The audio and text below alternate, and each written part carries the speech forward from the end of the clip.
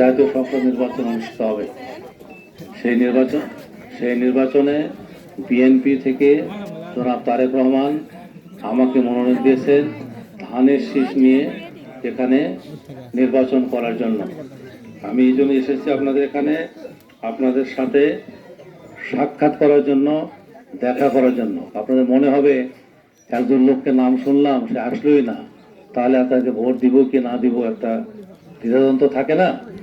সেই জন্য আসছে আপনাদের দেখা করার জন্য, আপনাদের কথা শোনার জন্য, আপনাদের এলাকাটা দেখার জন্য এবং জনাব তারেক রহমানের যে পলিসিগুলো সেই বিষয়ে দুই একটি কথা বলার জন্য।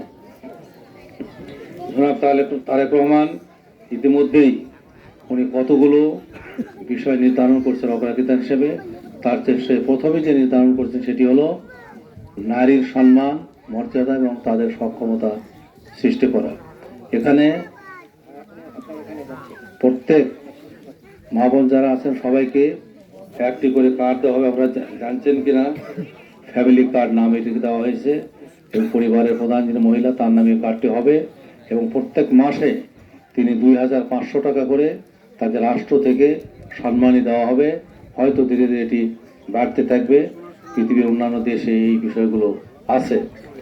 এরপরে কৃষি কার্ড দেওয়া হবে কৃষকদের, যাতে তারা এই কার্ড দিয়ে তার প্রয়োজনীয় সার বা অন্যান্য উপকরণ যারা নির্ধারিত জায়গা থেকে সরকার নির্ধারিত মূল্যে তারা নিতে পারেন সেই ব্যবস্থা করা হবে।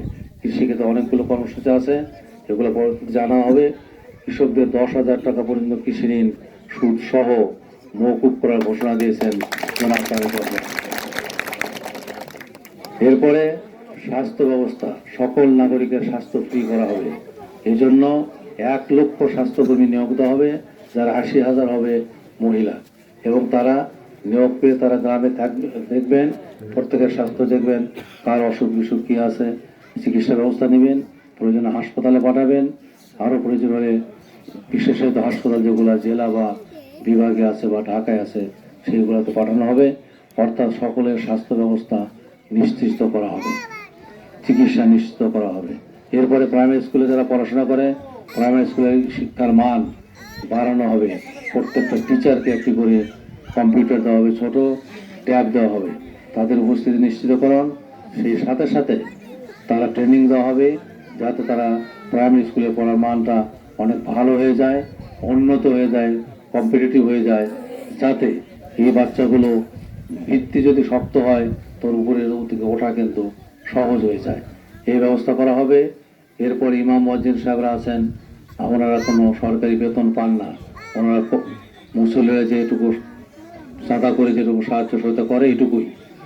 সকল মসজিদে ইমাম মুয়াজ্জিনকে ভাতার মাসিক বেতনের আওতায় আনা হবে, তাদেরকে দেওয়া হবে। একইভাবে মন্দির, গির্জাসহ এগুলোকেও এদের যারা পুরোহিত বা পাদ্রী তাদেরকেও একই সুযোগ সুবিধা আওতায় নিয়ে আসা হবে। অর্থাৎ রাষ্ট্রের সকল নাগরিককে রাষ্ট্রের যে সুবিধাগুলো আছে এই সুবিধাগুলো ইনশাল করা হবে। এরপরে যুব সম্প্রদায় লেখাপড়া শিখে এসে চাকরি পায় না, হতাশাগ্রস্ত হয়, নেশা করে, মাদকাসক্ত হয়ে যায়, সমাজ নষ্ট হয়ে যাচ্ছে। তাদেরকে প্রশিক্ষণ দিকে চাকরির ব্যবস্থা করা হবে দেশে বিদেশে, যাতে তারা যাতে এই তাদের যে স্বাভাবিক জীবনে ফিরে আসে এবং তারা দেশের উন্নয়নে অবদান রাখতে পারে। আমরা তালায় ফেটে লাগতে করে ইনশাল্লাহ আমি যদি নির্বাচিত আসতে পারি, আমি মনে করি যেখানে ডাটাবেস করে সকল যারা বেকার আছেন শিক্ষিত তাদেরকে প্রশিক্ষণ দিয়ে দেশে বিদেশে চাকরি বা সংস্থানের সুযোগ করা সম্ভব।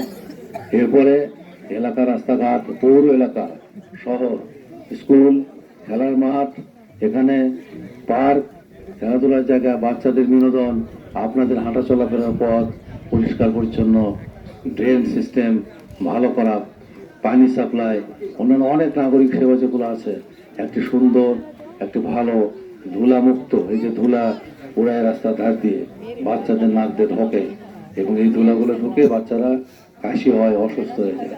পরিবেশটাকে ভালো করতে হবে, যেগুলো ড্রেন বা যেগুলো খাল যেগুলো আছে এগুলোকে পরিষ্কার পরিচ্ছন্ন রাখার ব্যবস্থা করা যেতে পারে। একটি স্বাস্থ্যসম্মত পৌর এলাকা গড়ে তোলা সম্ভব। এইভাবে আমরা এই কাজগুলো এলাকার আরো অনেক কাজ আছে যেগুলো সব বলা যাবে না, কারণ প্রতিশ্রুতি দেওয়া নিষেধ আছে। নিষেধ আছে। আপনাদের আন্তনগর ট্রেন একটা থেমেছে আকিলপুরে, আরো 2টা থামার সুযোগ আছে, আরো 2টা থামার সুযোগ আছে। 3টি ট্রেন এদিক দিয়ে যায় যেগুলো থামে না এখানে। যাই হোক, এই কাজগুলো করতে গেলে আপনাদের ভোটে যদি তারেক রহমান সাহেব রাষ্ট্রীয় ক্ষমতায় আসেন তাহলে সম্ভব। আমাকে যদি ভোট দিয়ে নির্বাচিত করেন তাহলে আমার মতো আরো 151 এমপি যদি হয়ে যায় তাহলে উনি আসতে পারবেন। এই জন্য সবাইকে ধানের শীষে ভোট দেওয়ার আবেদন জানাবো, অনুরোধ জানাবো, এবং আপনারা সকলেই ধানের শীষে ভোট দিয়ে আমাকে জয়যুক্ত করবেন ইনশাল্লাহ।